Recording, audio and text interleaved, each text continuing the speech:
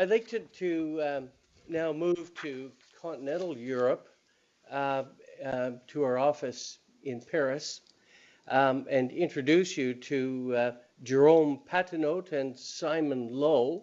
Our partner Jerome is also a corporate lawyer, specializing in mergers and acquisitions, with an emphasis on private equity transactions and transactions in the mid-cap market. We also have with us Simon. Simon Lowe is a dual qualified lawyer in the UK and France, although he spent the last 20 years practicing in Paris. Simon himself specializes in inward investment into France, whether asset or share purchases or the startup of new entities. So, Jerome and Simon, let me turn it over to you. Thanks very much. So good morning, Canada, from Paris. Jerome and I are going to run through with you quickly the context today, both economic and legal, in France, some opportunities that you might like to consider in the French market, but no doubt you all have businesses and you all know your markets, no doubt, better than we do. And then we'll touch on some legal considerations as well. We have a title of our presentation was Setter coming in and Holland going out, new opportunities for foreign investment in France. Over the last month, we've had two interesting developments particularly for Canada. One is Setter, and other people will be talking about that shortly. The other is the announcement last week that François Hollande will not be standing for re-election as president next May. I'll just say a word about that, because when François Hollande came into power 5 years ago, we saw a definite difficulty for foreign investment in France because of the tax regime that was applied. Over the last couple of years, there's been a certain amount of backtracking, and that I think that France is in a much better position today for business than it was 5 years ago. And I think that there is some hope, and the fact that what business hates most is uncertainty. Today, the fact that François Hollande will not be standing next year probably is something which will favour inward investment into France. A word about, to start with, about the general regime in France, because in fact it is extremely liberal for inward investment. And consequently, the fact that it may be a Canadian or a US business or any other foreign entity wishes to set up in France, by and large, the regulation is pretty light, based on the fact that you are a foreign company. There are presently approximately 20,000 foreign businesses registered in France for business.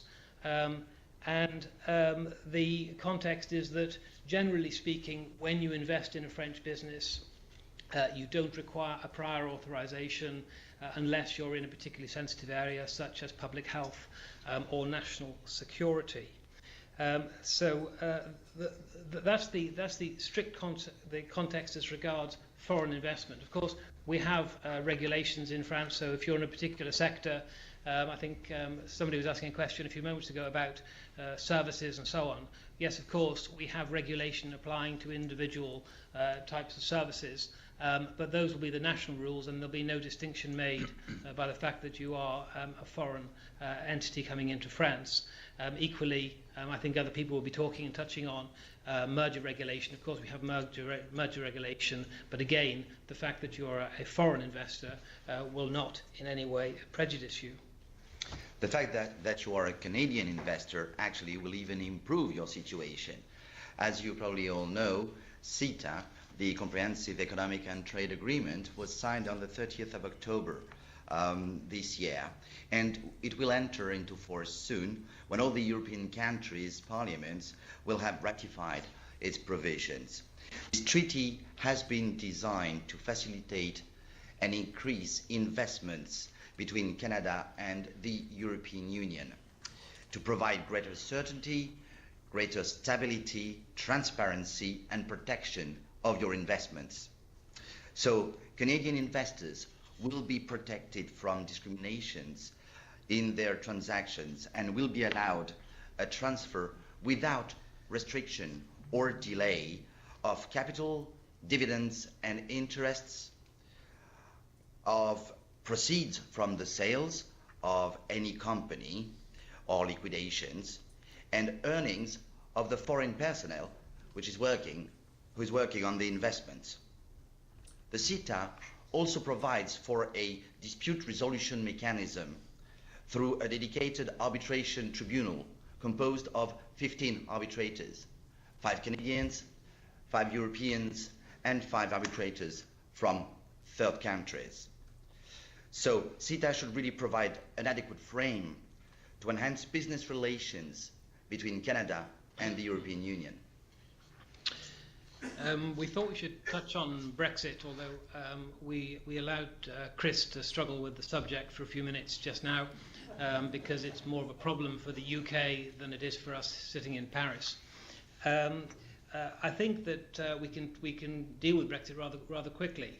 There are 2 levels where I think Brexit could impact, and generally speaking, it probably will actually create opportunities for inward investment into France. It'll rather depend, I suspect, on whether there's a hard Brexit or a soft Brexit. And what that essentially boils down to is the extent to which the UK will continue to have free access to the single market. Insofar as that doesn't happen, there may be particular reasons why, and I'll touch on it in a few moments, why you may wish to use Paris as a hub within Europe. Chris, I imagine you were working last night preparing your presentation. You didn't get a chance to see what Michel Barnier was saying. He's the EU negotiator with you. He said you have 18 months and the clock started running. So you maybe need to think about your 4-month period.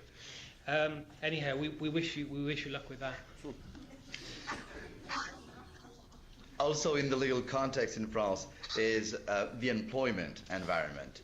The French employment law is truly very specific, and it's often perceived as a scarecrow of our legal environment for foreign investors. However, managed upstream and planned correctly, it's not as bad as people say.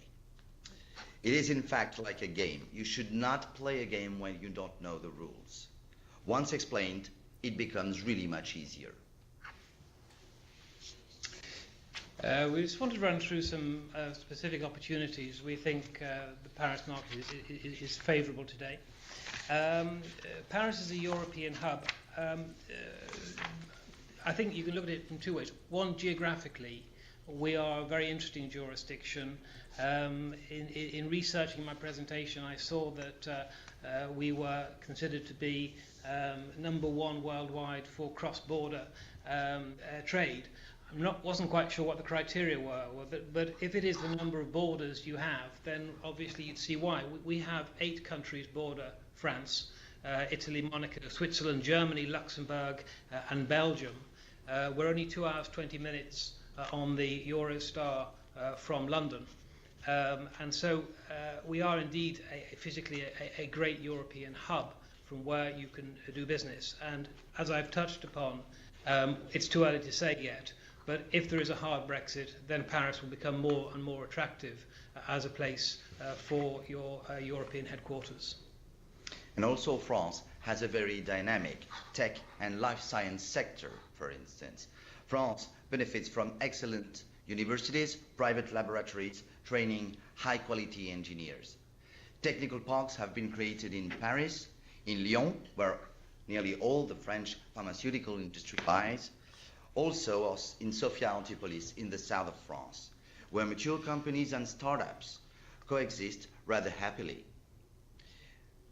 State and private funded incubators of startups have mushroomed in the recent years, providing an environment of very interesting targets for foreign investors wishing to set foot in France through an acquisition, for instance. Just want to touch again on some of the strongest sectors we have. Retail, tourism is one. I think France is still considered to be the #1 tourist destination worldwide. Tourism contributes approximately 70 billion euros to our GDP each year. When that represents about 10% of our GDP, and about 11% of our jobs are tourist-based. Luxury goods is another very, very strong sector in France, with Louis Vuitton, Chanel, Dior, Cartier, Hermes, to mention but a few. Real estate, I think, is also, we see a lot of investment in French real estate, I think at two rather different levels. Commercial real estate, because France is a physical hub in Europe, we've seen a lot of development over the last few years of logistics and the creation of logistics parks throughout France. And so we also have a very strong office investment sector.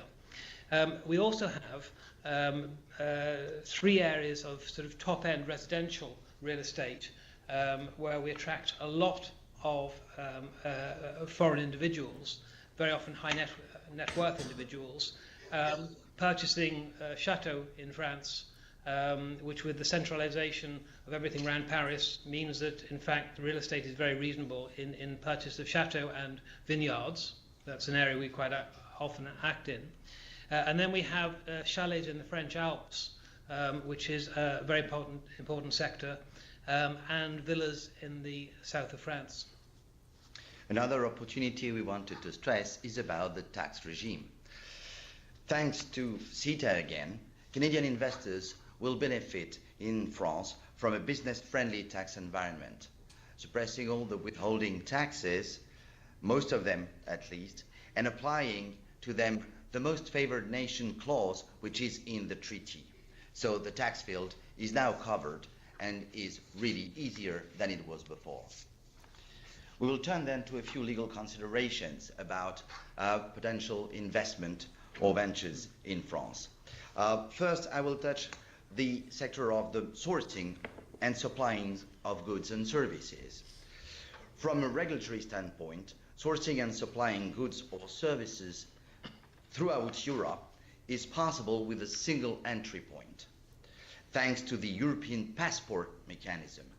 Since the Brexit, sorry Chris, a number of foreign investors envisage to switch from the UK to one of the continental European countries to be the starting point of the passport, and France is a very convenient one then to reach out to the rest of Europe.